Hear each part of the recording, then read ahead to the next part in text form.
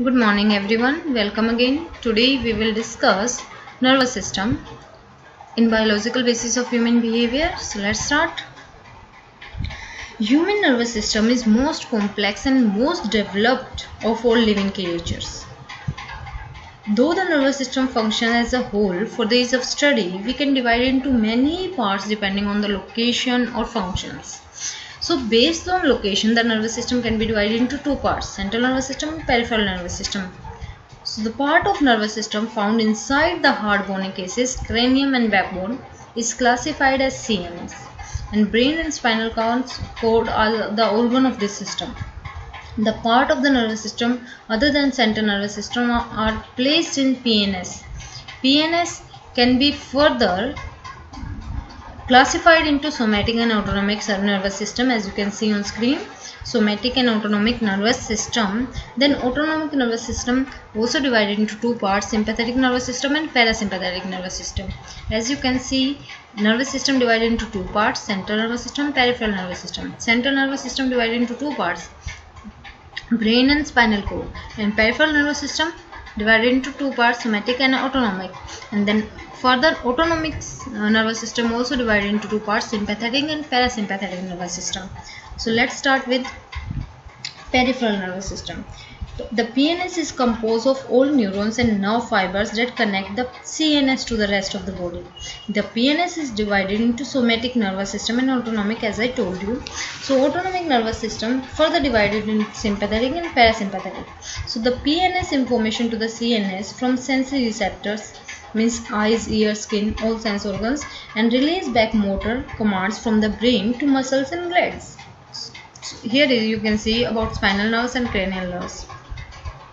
Cranial nerves found in somatic nervous system, and they serve sensory and motor function of the head and neck region.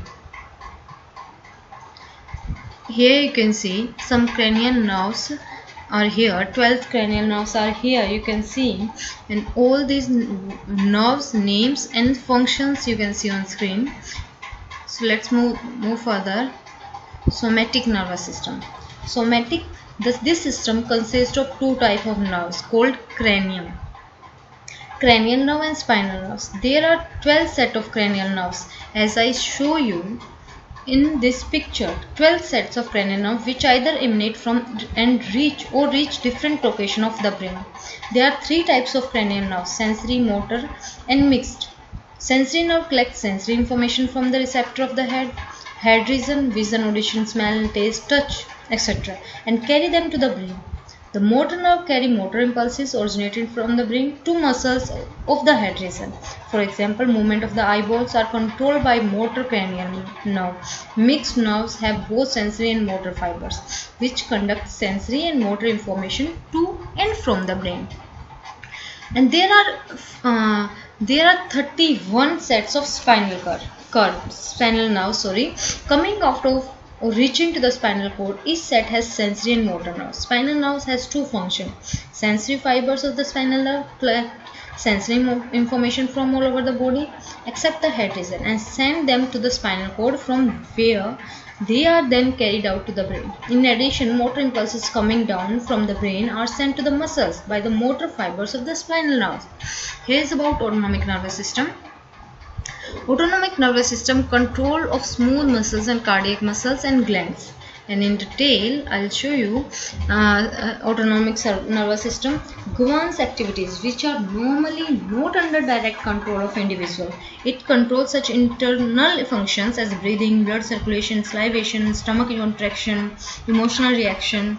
So these activities of autonomic nervous system are under the control of different structure of the brain. As you can see on the screen, on the figure also, the autonomic nervous system has two divisions: sympathetic division and parasympathetic division. Although the effect of one division is opposite to the effect of other, both work together to maintain a state of equilibrium. The sympathetic division deals with emergencies, when the action must be quick and powerful, such as in a situation of fight or flight. So during this period, sympathetic division The digestion stop, blood flows from internal organ to muscle and breathing rate, oxygen supply, heart rate, blood sugar level increase. As you can see on screen, the expenditure of energy from the reserve that are sorted in the body.